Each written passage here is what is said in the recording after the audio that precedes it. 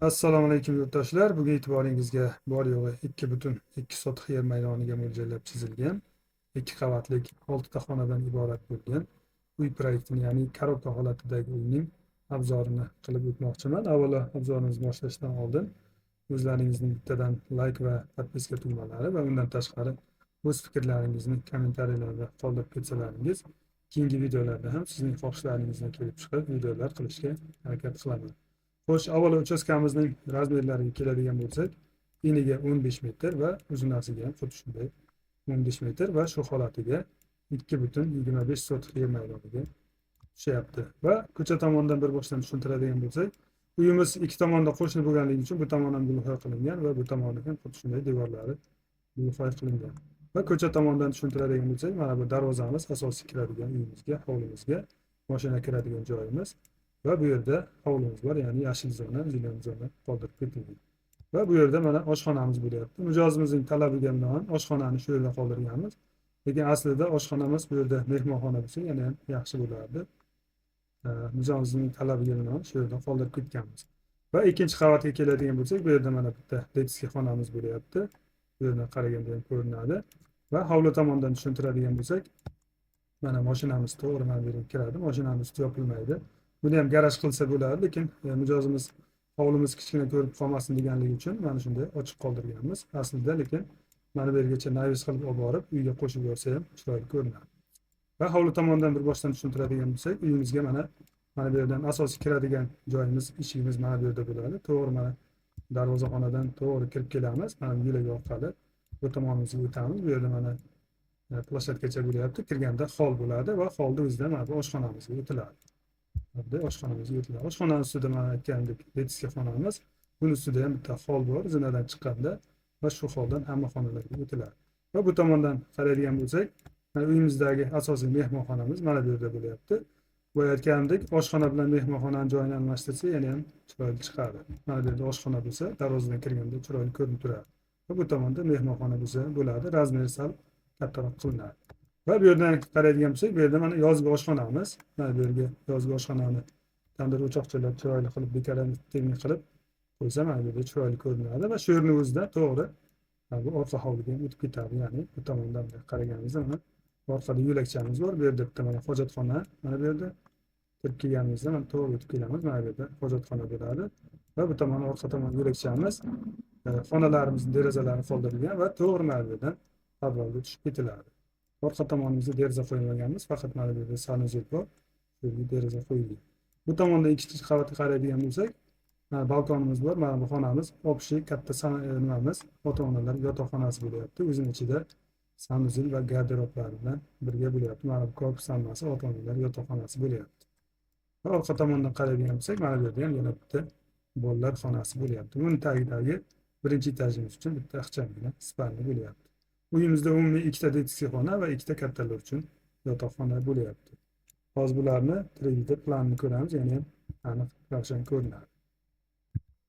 Xo'sh, bir boshdan endi tomlarni olib, planini ko'rib chiqamiz, yana ham tushunarli bo'lishligi uchun buni yashirib turamiz. Tepadan mana qaraganimizda to'g'ri mana shunday holatda, kimga kerak bo'lsa skrinshot bo'lsa ham bo'ladi. Umumiy ko'rinishda mana shunday holatda endi birma-bir obzor qilaman. Ya'ni to'g'ri mana bu yerdan darvozadan kiramiz. Mashinamiz turadigan joy, bu yerda mana zilonli zonamiz.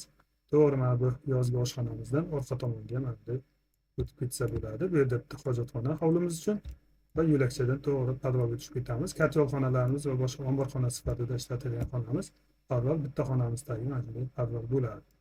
Xo'sh, bu tomondan tushuntiradigan bo'lsak, mana bu yerdan to'g'ri mehmonxonamizga kiramiz. Mana zal yozib qo'yilgan. Razmeri kattagina va mehmonxonani o'ziga mana bu yerda zapasli eshigimiz bor. Bu tomonga ham o'tsa bo'ladi, ya'ni koridorga, holga o'tsa bo'ladi. Va bu tomondan tushuntiradigan bo'lsak, mana asosiy kiradigan eshigimiz mana bu yerdan bo'ladi. Bu yerda katta kichkina plashatkacha. Bu yerdan to'g'ri o'tadigan bo'lsak, mana bu koridor holga kiramiz. Zinadan to'g'ri aylanib ikkinchi qavatga chiqib ketamiz va zinaning tagidan общий birinchi qavatimiz uchun sanuzel bo'lyapti. Mana shu yerga kiradi, ya'ni mana kattagina sanuzel bo'lyapti.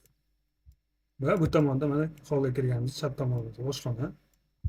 Mana bunday holatda o'tirganda mijozimiz talabi endi mana bu yerda ko'chada o'tirganimda ko'cha tomon bemalol ko'rinib tursin degani uchun shunday qilingan. Mana bu yerdan ko'cha tomon ko'rinadi va bu tomondan qaraganimizda hovli ham chiroyli ko'rinib turadi. Ya'ni bunday ham hovli ham ko'cha tomon ko'rinib tursin deganligi uchun mana shunday qilganmiz. Bu tomondan hovli, bu tomondan ko'cha ham ko'rinib turadi.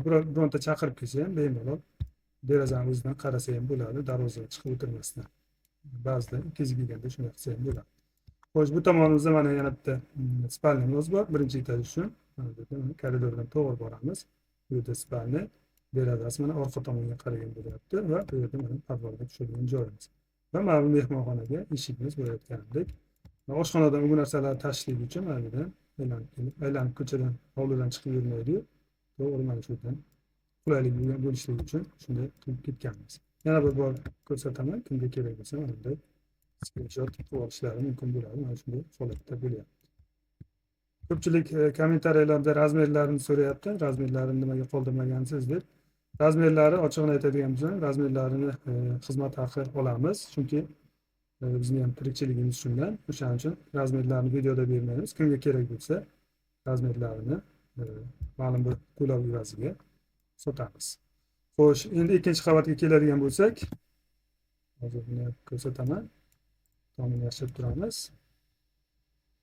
Xo'sh, mana to'g'ri zinadan chiqib keladigan bo'lsak, aylanib kelib, mana zinadan chiqqanmiz. Chiqqanimizda mana kattagina, chiroyligina hol bo'lyapti.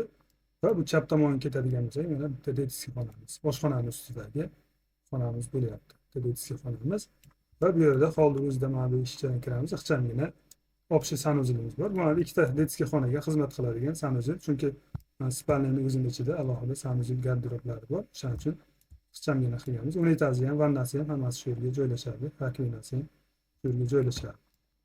Xo'sh, mana bu yerda mana bitta detskiy xonamiz bo'ldi. Birinchi qavatdagi spalniyaning ustidagi xonamiz bo'lyapti. Mana bu ham derazasi orqa tomonga qaragan bo'ladi. Va oxirgi xonamiz, bu yerda mana ota-onalar uchun master spalni.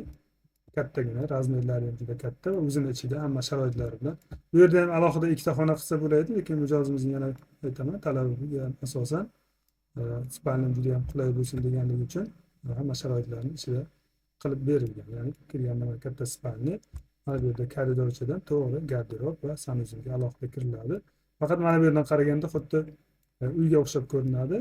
Shunaqa armanka qilganmiz.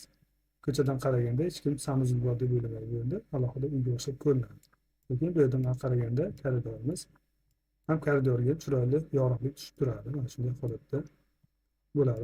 Buni ham mana tepadan ko'rsataman, skrinshot qilib olsa buni ham bo'ladi. Mana asosiy qalin devorlarimiz o'rtada mana перегородка bilan ajratilgan bo'ladi. Bu yerda общий sanuzilimiz mana hammasini yozib ketganman. Umumiy ko'rinishda mana shunday holatda bo'lyapti uyimiz.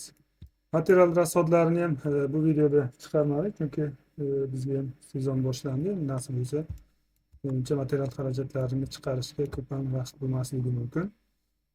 O'shaning uchun agar proyekt chizadigan bo'lsak, albatta material xarajatlarini chiqarib beramiz. Faqat shu YouTube'ga chiqarganda qilmaymiz.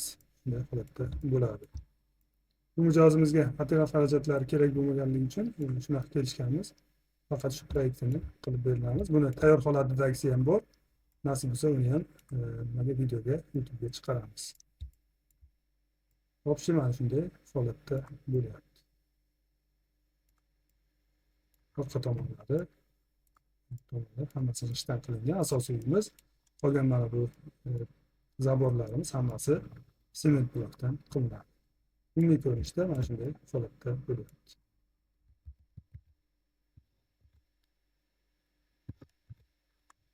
To'g'ridan ko'rinishi shunday holatda bo'ladi.